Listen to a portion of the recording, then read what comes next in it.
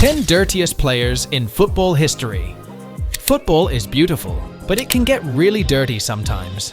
There are some players who have dedicated their careers to mastering the dark arts, and those are the guys we want to look at in this video today. These are the 10 dirtiest players in football history. And of course, we'll start with the number one suspect, Sergio Ramos.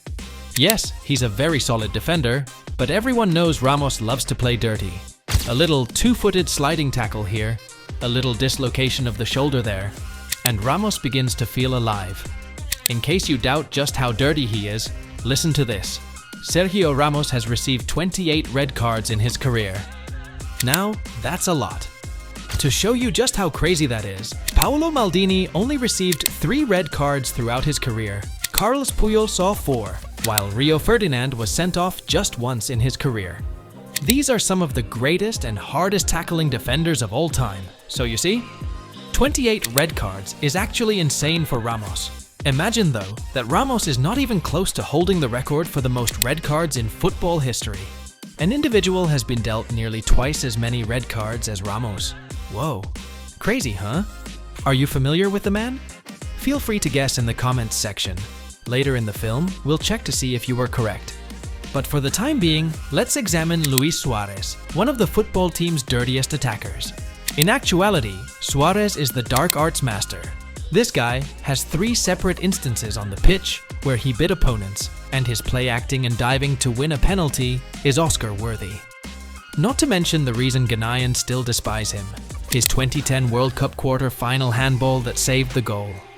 It's true that he took necessary action, but that wasn't fair play at all. Although it's clear that Suarez doesn't care about playing fairly, there's no denying that he is superior to Diego Costa. The only thing that Costa lacks is bite, but he excels at everything else Suarez does. Anything you can think of. He'll play act, tackle, stamp on his opponent, kick, choke, yell, smack, and so on. Just stay away from Costa while he's angry. It's no accident that in 2015, Daily Express dubbed him the Premier League's dirtiest player. Throughout his career, Costa has received 12 dismissals. That is undoubtedly excessive for a striker. What would you say about Mario Balotelli though, if you believed that Costa was dishonest? We are discussing a man who Roberto Mancini frequently referred to as insane, and Jose Mourinho described as uncontrollable. Mancini even said that he would have given Balotelli a daily headshot if they had been together 10 years ago. The Italian forward has a reputation for being easily agitated. He would constantly pick battles on the pitch, and off it was the same thing. This man played a prank by tossing darts at a young member of the squad while they were practicing. Nope. Super Mario was an extremely dishonest player. Do you believe Costa is a striker with too many red cards in his career? With 14, Balotelli has it. And since we're talking about former Premier League players, let's just quickly throw Roy Keane in there. This guy had 11 red cards in his career, but that doesn't even tell the full story. He was once slapped with a £150,000 fine and a 3-game suspension by his own coach for elbowing an opponent. This was a guy who ended Alfie Haaland's career with a horrible, horrible tackle, and went ahead to brag about it in his book.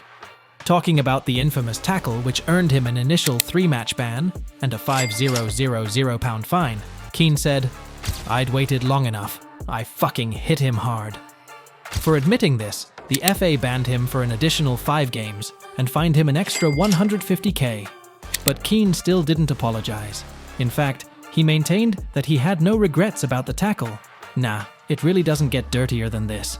Or does it? Are you familiar with Joey Barton? You would know that it truly does get much dirtier than Roy Keane if you knew him. Oh, Barton. Where do I even begin? When discussing this person, tackles and techniques appear insignificant because of how filthy he was. We are discussing a player who, while at Manchester City, physically assaulted his own teammate, Ousmane Dabo, during a workout. Dabo was so severely beaten by Barton that he lost consciousness and needed to be taken to the hospital. He was taken into custody and accused with assault for it, to which he entered a guilty plea. He received a 4-month suspended sentence and a 200-hour community service mandate. Barton faced 3 separate charges of violent conduct from the FA during his career. In 2012, Dabo was hit 3 times, once for beating him up, once for punching Pedersen in the stomach, and 3 more times for attacking 3 separate players. This man was the dirtiest of them all. Barton was so violent that in 2008, he was imprisoned for 74 days after it was captured on camera that he had punched a man 20 times till he passed out and had broken some of the adolescent's teeth. Nope, this man was simply a monster. Nevertheless, keep in mind that we mentioned that there is a man who has nearly twice as many red cards as Ramos has. Was Gerardo Bedoya right? If so, you're absolutely right. This guy holds the record for most red cards received in football history, with 46 sent-offs over his 20-year career. Besides, really? Do we really need to say much more?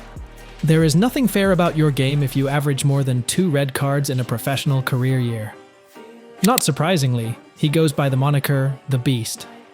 Anyway, we just couldn't wrap up this video without talking about Ramos's partner in crime for many years, Pepe. This guy is a solid defender, but boy does he play dirty. He tackles hard, bullies opponents, trash talks them, and will even kick you while you're down. Ask Francisco Casquero. You want to know how dirty Pepe is? This guy once hit a bullet in his sock during a live match. No kidding! Want to know how the hell that happened?